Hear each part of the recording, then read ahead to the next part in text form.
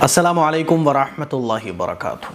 امید ہے کہ آپ لوگ خیر و عافیت سے ہوں گے۔ میں نے سوچا کیوں نہ آپ لوگوں سے آج کچھ بات کی جائے۔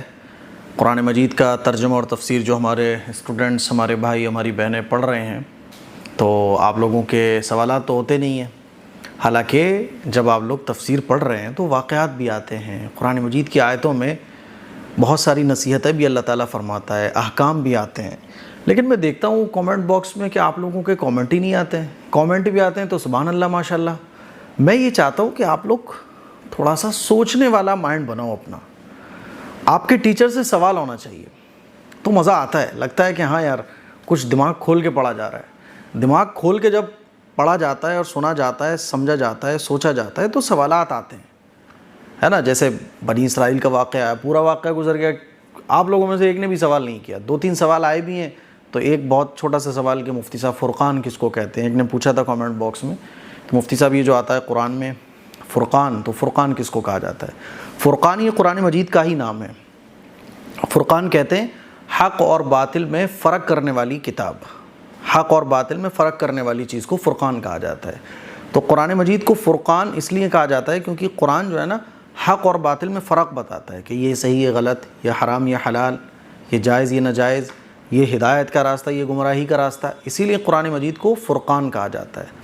ایسے ہی ایک نے سوال کیا تھا قرآن کو قرآن کیوں کہا جاتا ہے؟ قرآن کو قرآن اس لیے کہا جاتا ہے کیونکہ قرآن کو قرآن اس لیے کہتے ہیں کیونکہ قرآن بہت زیادہ پڑھا جاتا ہے، اور جو چیز بہت زیادہ پڑھی جاتی ہے اس کو قرآن کہا جاتا ہے۔ یہ قرات سے بنا ہے، قرات کا مطلب قرات کرو یعنی پڑھو، اقرا پڑھو، اسی سے بنا ہے۔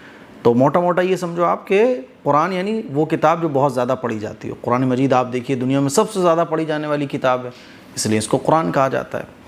تو یہ 2 ہی سوال بس آئے، تو میں آپ لوگوں سے یہ بولنا چاہتا ہوں، ماشاءاللہ آپ لوگ تفسیر اور ترجمہ دیکھ رہے ہیں، اور یہ ہماری ایسے سمجھ لو اٹینڈنس کی کلاس ہے، یعنی حاضری، کہ آپ لوگ کتنا پابندی کے ساتھ دیکھتے ہیں۔ جو لوگ پابندی سے قرآن مجید کے تفسیر اور ترجمے کی ویڈیوز دیکھتے ہیں وہ کامنٹ باکس میں اپنا نام اور آپ کس جگہ سے قرآن کا ترجمہ اور تفسیر دیکھتے ہیں، اپنے شہر کا نام، اور پابندی سے آپ دیکھتے ہیں یہ ضرور لکھیے گا، ٹھیک ہے؟ اپنا نام، اپنے شہر کا نام، اور یہ بھی لکھیے کہ ہاں آپ پابندی سے ویڈیو تفسیر کی دیکھتے ہیں۔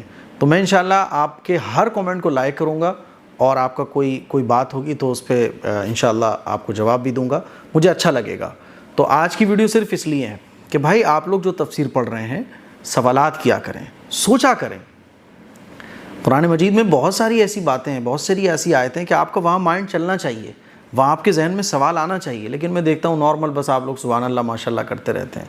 میں کوئی ایسا مولانا یا عالم نہیں ہوں، اسکالر نہیں ہوں کہ آپ بس میں جو بول رہا ہوں وہ سنتے چلے جائیں، بلکہ سوالات کرو گے تو مجھے اچھا لگے گا، اور انشاءاللہ میں سوالات کے جواب بھی دوں گا۔ تو آپ سے انشاءاللہ تفسیر کی ویڈیو پہ آپ لوگ جو بھی سوالات کرو گے، ہے نا، جو بھی آپ کو ڈاؤٹ ہو، جو بھی چیز آپ کو سمجھنا ہے، آپ کامنٹ کیجئے۔ انشاءاللہ ہفتے میں سنڈے قرآن مجید کی تفسیر سے ریلیٹڈ جو سوالات آپ کے ہوں گے وہ سنڈے انشاءاللہ کمپلیٹ کیے جائیں گے۔ تو مجھے امید ہے کہ 2 بڑے اہم سوال، ایک فرقان اور قرآن کس کو کہتے ہیں، یہ آپ کو سمجھ آ گیا ہوگا۔ اس کلپ کو شیئر کریں اور تفسیر کی ویڈیوز پابندی سے دیکھیے گا۔ السلام علیکم ورحمۃ اللہ وبرکاتہ۔